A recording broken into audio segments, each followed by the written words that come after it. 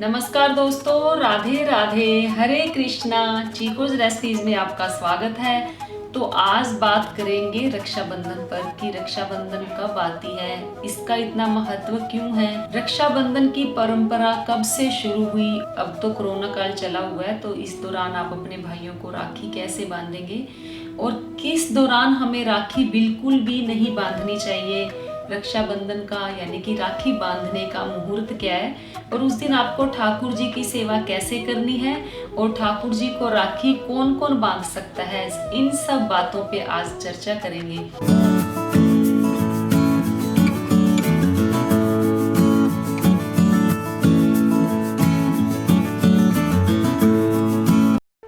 Subscribe करें chikoo recipes को और बेल आइकन को टैप करें मेरी हर वीडियो सबसे पहले देखने के लिए। तो श्रावण मास की पूर्णिमा को रक्षाबंधन का त्योहार मनाया जाता है। ये भाई और बहन के अटूट बंधन का त्योहार होता है। इस दिन बहनें अपने भाइयों को राखी बांधती है और ये जो त्योहार है ये शुरू हुआ था एक बार भगवान श्री कृष्ण शिशुपाल का वध करने के लिए उन्होंने सुदर्शन चक्र चलाया, तो उनके हाथ पर चोट लग गई। तो वहाँ पर द्रौपदी भी थी, तो द्रौपदी ने अपनी साड़ी का पल्लू फाड़कर भगवान कृष्ण की उंगली पर बांध दिया। तो जब वो घटना घटी थी, जब उन्होंने सुदर्शन चक्र चलाया था या जब द्रौपदी ने कन्हैया जी के हाथ पर जो पट्टी बांधी थी, तो उस दिन श्रावण मास की पूर्णिमा थी, ऐसा कथा में आता है। जब द्रौपदी ने कन्हैया जी की उंगली पर पट्टी बांधी तो उन्होंने उसका कर्ज भी चुकाया। जब द्रौपदी का चीर हरण हो रहा था तो भगवान श्री कृष्ण ने साड़ियों का ढेर लगा दिया था। तो तब से ही जो भाई है अपनी बहनों की रक्षा भी करते हैं। वैसे तो भाई अपनी बहनों की रक्षा हमेशा से ही करते आए हैं। तो कैसे त्योहार मनाया जाएगा इस बार, इस बात पर भी चर्चा कर लेते हैं। तो सबसे पहले बात कर लेते हैं कि राखी है कब और इसका मुहूर्त क्या है और किस काल में हमें राखी नहीं बांधनी चाहिए। तो राखी का जो त्योहार है वो 3 अगस्त को है। तो जो राखी है वो भद्रा काल में तो बिल्कुल भी नहीं बांधनी चाहिए, क्योंकि जो रावण की बहन थी उसने भद्रा काल में रावण को राखी बांधी थी। तो जो रावण है उसका आपने देखा ही है, विनाश हुआ था। तो 3 अगस्त को सुबह 9:29 तक भद्रा काल है, यानी कि 9:29 तक आपको रक्षाबंधन नहीं मनाना है। जो आपके घर में जैसे सोन जिमाए जाते हैं, जैसे दरवाजे के बाहर जो राम राम जो लिखा जाता है, कई चूने से और गेरू मिट्टी से लिखते हैं, लेकिन आजकल तो बाजार से बने बनाए आ जाते हैं, वो ही लगाए जाते हैं। तो आपको वो 9:30 पर शुरू करना है और राखी का त्योहार भी आपको 9:30 पर शुरू करना है। वैसे तो 3 अगस्त को जो राखी का त्योहार है सुबह 9:30 बजे से लेकर रात के 9:30 बजे तक है, लेकिन जो अच्छा मुहूर्त है वो सुबह 9:30 बजे तो शुरू है ही है। दोपहर में 1:35 से लेकर शाम को 4:35 तक अच्छा मुहूर्त है। फिर उसके बाद शाम को 7:30 से लेकर रात के 9:30 तक वो भी अच्छा मुहूर्त है।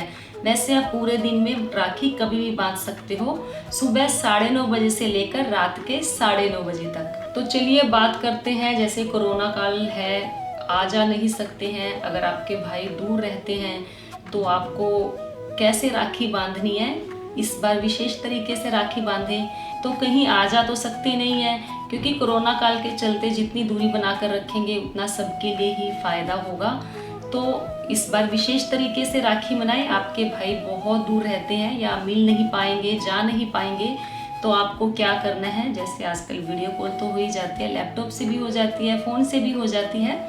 तो आप अपने भाई को वीडियो कॉल के जरिए राखी दिखाएं। फिर वो राखी आप भगवान श्री कृष्ण के पास रख दें। अगर लड्डू गोपाल जी हैं तो उनके पास रख दें, या शालिग्राम जी हैं तो आप उनके पास वो राखी रख दें।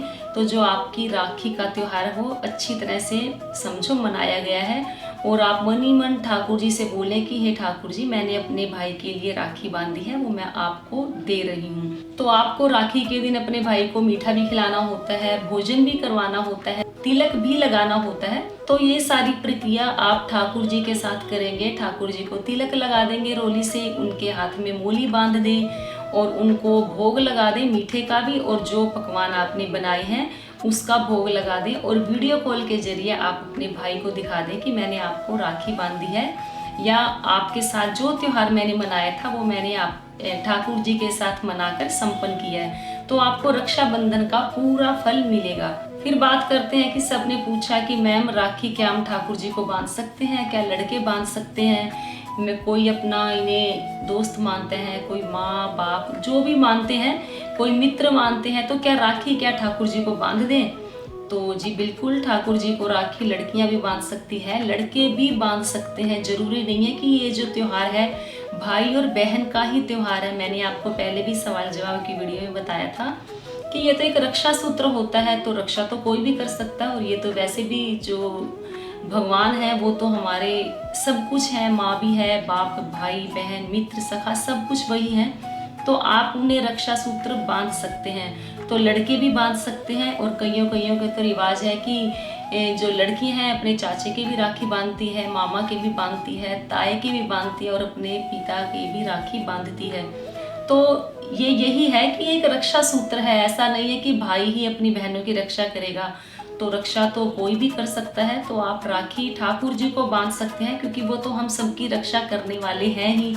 तो लड़के भी बांधे, लड़कियां भी बांधे, चाहे आपने उसे पति के रूप में है, प्रेमी के रूप में है, भाई के रूप में है, सखा के रूप में है, तो आप उन्हें राखी बांधे, उन्हें तिलक लगाएं, पकवान जो बनाए हैं भोग लगाएं और उनको मीठा जरूर खिलाएं।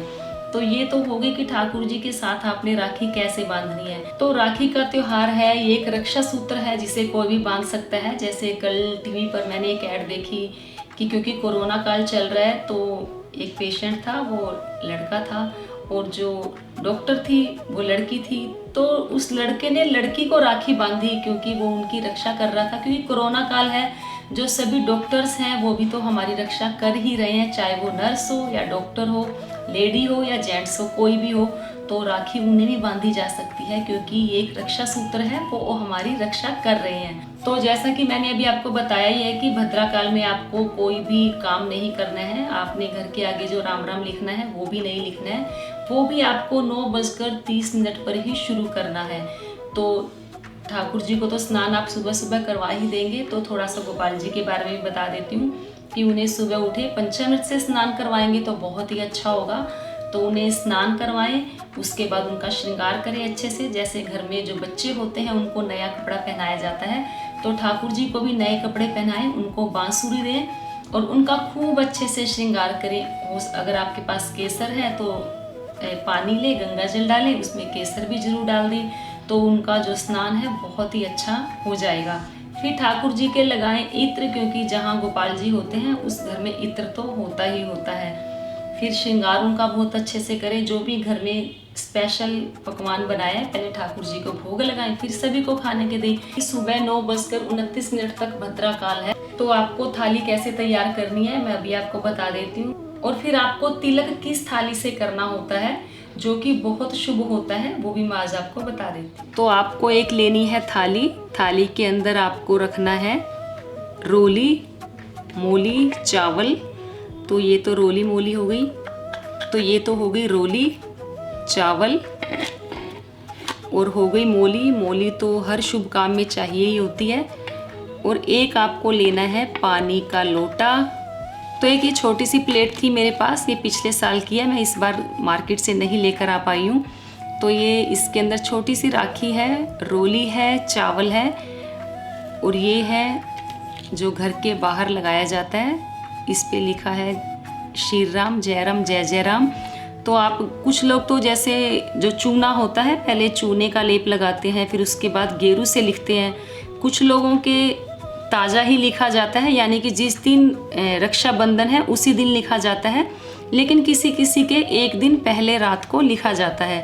और इस दिन चावल, किसी के चावल की खीर बनती है, किसी के बनती है सेवियों की खीर। तो हमारे घर सेवियों की खीर बनेगी, तो उस दिन सेवियों की खीर से ही ये जो सोन जिसे बोलते हैं गेट के बाहर लगाया जाता है, पहले उनकी पूजा की जाती है। फिर ले लेंगे एक छोटा सा लोटा पानी का, और इस लोटे पे बांधेंगे मोली ये वाली, और इस पर रोली से बनाएंगे स्वास्तिक इस लोटे पर। तो ये जो मैंने मीठा लिया है, जैसे जब भाई के तिलक करेंगे तो ये वाला मीठा घर में आपने जो बनाया है, जैसे मिल्क केक की अभी मैंने वीडियो बनाई है, मालपुआ है, जो भी मिठाई आपने बनाई है या जो बाज़ार से लेकर आए हैं, भाई के तिलक करते वक्त आपको वही मिठाई लेनी है। और लेकिन जब घर में पूजा के लिए हमें लेनी होती है तो वो स्पेशल ये खीर से ही पूजा की जाती है। तो ये मीठा मैं एक बार यहाँ से हटा देती हूँ। तो 9:30 पर हमें पूजा शुरू करनी है। इस लोटे पे हमें बांधनी है मोली, इस पर हमें लगाना है स्वास्तिक रोली से।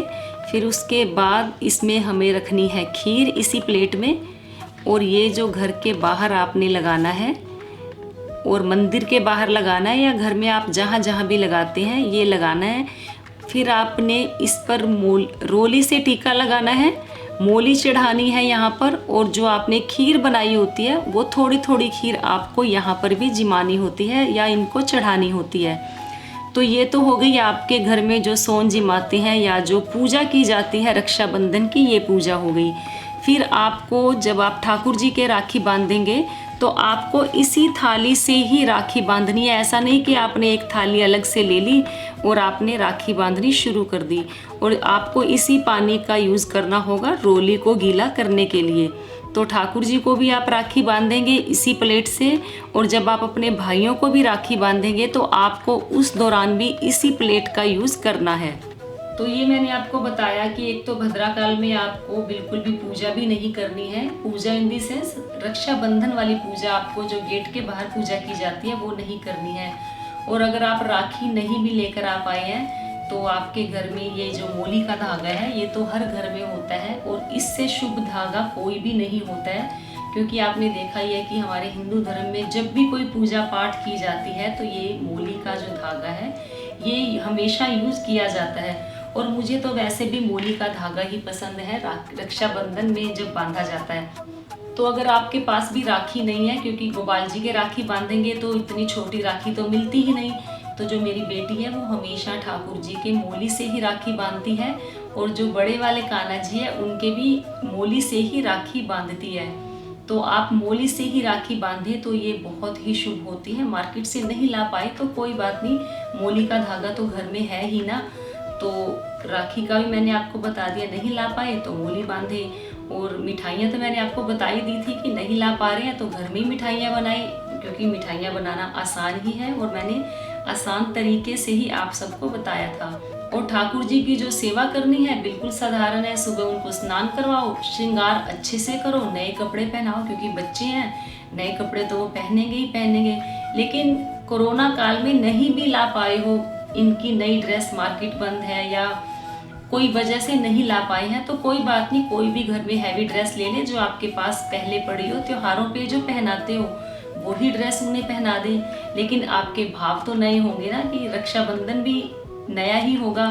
तो बस ठाकुर जी को बड़े भाव से उनका श्रृंगार करें, उनको स्नान करवाएं और फिर भोग लगाएं। तो ये हो गया आपका रक्षाबंधन का त्योहार। तो ये था बिल्कुल साधारण तरीके से कि हम रक्षाबंधन का त्योहार कैसे मना सकते हैं इस कोरोना काल में, कैसे सेवा कर सकते हैं, भाइयों को बिना गए राखी कैसे बांध सकते हैं, जो कि बहुत ही शुभदायी और फलदायी हो। तो उम्मीद करती हूँ आपको मेरी आज की वीडियो जरूर पसंद आई होगी। तो वीडियो को लाइक करें, शेयर करें, मेरे चैनल को सब्सक्राइब करना बिल्कुल ना भूलें। हमेशा की तरह अपने सुझाव देते रहें। आज के लिए इतना ही, फिर मिलते हैं। धन्यवाद। हरे कृष्णा।